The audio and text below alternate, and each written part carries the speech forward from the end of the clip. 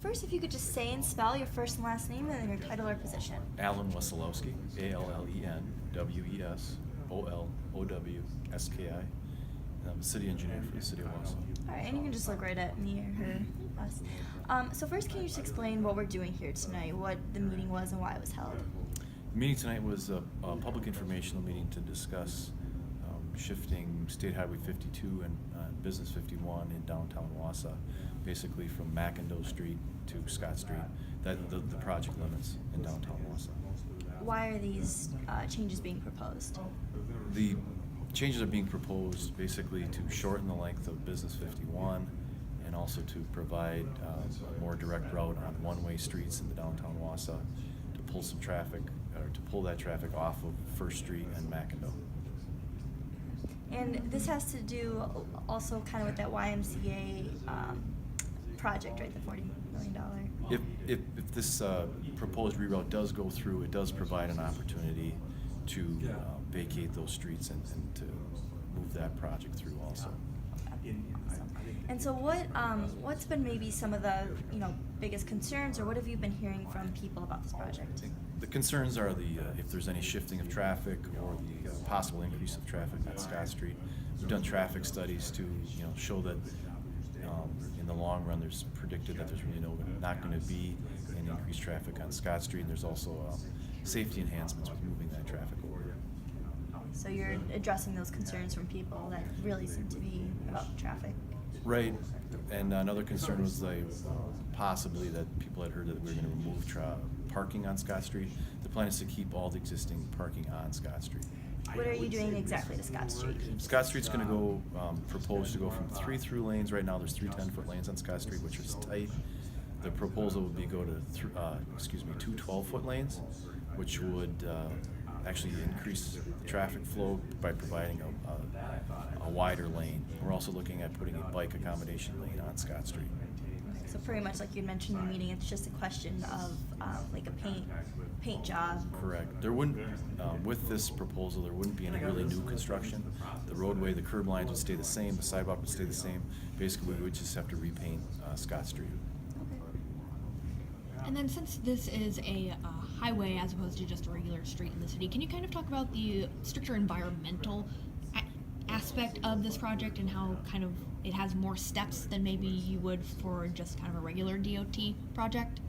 Well, I think all DOT projects come with the environmental impacts, the environmental statements, the traffic studies. So with this one, since it is a state highway, connecting highway, we do have to go through the process, the environmental process, the public informational meetings, the traffic studies. So it is a pretty involved process. Are there any major environmental concerns or impacts? Well, that's what we're trying to identify with the environmental documents. So far, we haven't come up, because we're not really putting a shovel in the ground and disturbing any ground. We're not coming up with any major environmental concerns at this point.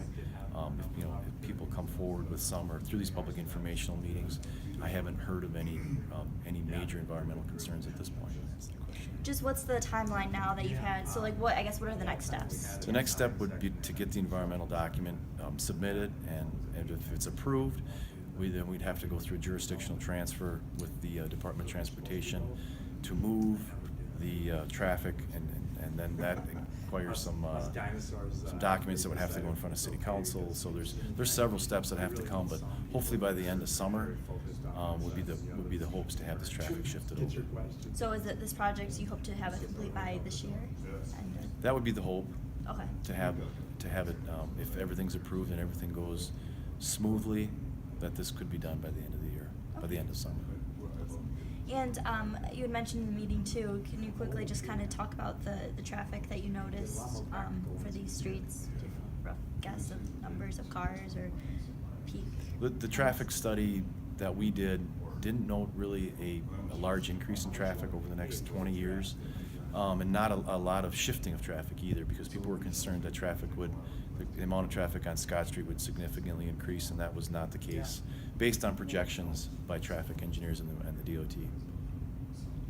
And then if this does all get approved, how does this affect maybe other construction projects that are nearby on like opposite streets? I know there was a discussion a little bit about Fulton Street, which kind of was considered an option, but wasn't used because of the status of the road right if this gets approved, and I mean, there's other streets in downtown that would not necessarily be directly impacted, but Fulton Street has been on a reconstruction list for several years, so this, if we do take McIndoe out of service, it may increase the need to reconstruct Fulton Street a little sooner.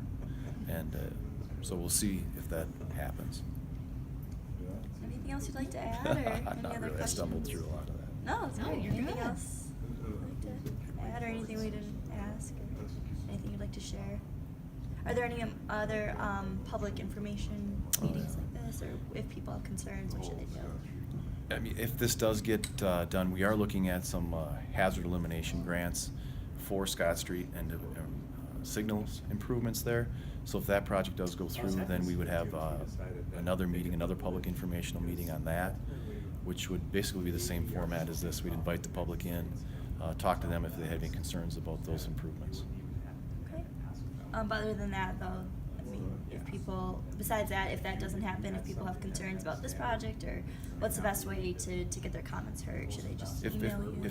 Right, if people have concerns about the project and they weren't able to attend the meeting, they can contact the engineering department and still voice their concerns or get their comments on the record.